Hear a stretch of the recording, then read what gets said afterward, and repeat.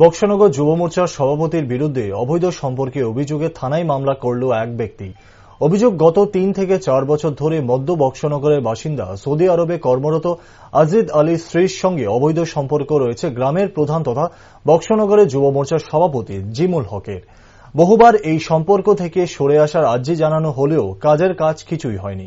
মাস কয়েক আগেই সৌদি আরব থেকে বাড়িতে আসে আজিদ আলী। বাড়িতে এসে নিজের চোখেই দেখতে পায় তার স্ত্রী বিনুয়ারা বেগম আর জিমুলের কীর্তি। যেহেতু বিজেপির প্রধান দল ক্ষমতা এবং মুখ্যমন্ত্রীর ঘনিষ্ঠ, তাই কিছু বলা যাবে না বললেই বাইক বাহিনী ও দলবল নিয়ে আক্রমণ করবে।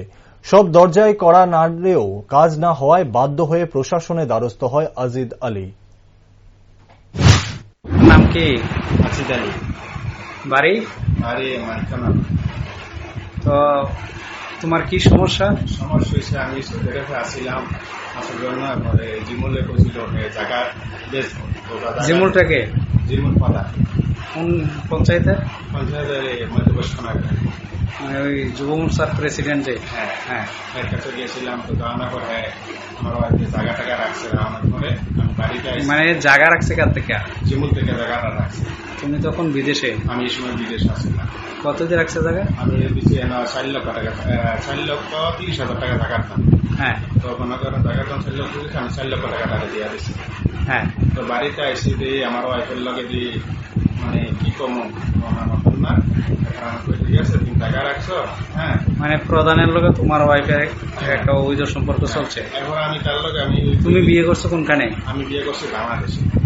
তো তার কাগজপত্র? কাগজপত্র আমি শুনলাম বলে প্রধানে কি করে দিচ্ছে। প্রধানে কিছু মানে জাল কাগজ করে দিছে? জাল কাগজ করে দিছে। হ্যাঁ, এবার বাড়িতে এলাম আরেকটা দিয়ে এই অবস্থা। আমি ওর লগে 2 দিন মানে আমার বাড়ির সামনে দিয়েছিলাম। দেখে পরে হের লগে যোগাযোগ আছে। তারপরে আমি একদিন ফোন দিচ্ছি, ফোন দেওয়ার পরে তোমার ওয়াইফের প্রধানের লগে একটা অবৈধ সম্পর্ক চলছে? সম্পর্ক আসছিল। তো আমার পরে আমি বাড়িতে এসে দিচ্ছি, আমার পরে দিয়ে অবস্থা। তারপরে আমি আবার কয়েকদিন এর মোবাইলে দিয়ে কল দিতে আসি। তো ঠিক আছে, তোমার কল দেখো, আমার লোক একসাথে বুঝে কথা কর না, টাকা ঠিক আছে, সেটা কথা কর। আমি আরো 2 দিন এর মোবাইলে চেক করছি, জিমুলের নাম্বারটা এর মোবাইলে আছে, বুঝলেন। এরপরে আমি মোবাইলে আবার টানজা ব্যাংকে আসছিলাম। তো তুমি মোবাইলে কার লোক কথা কর।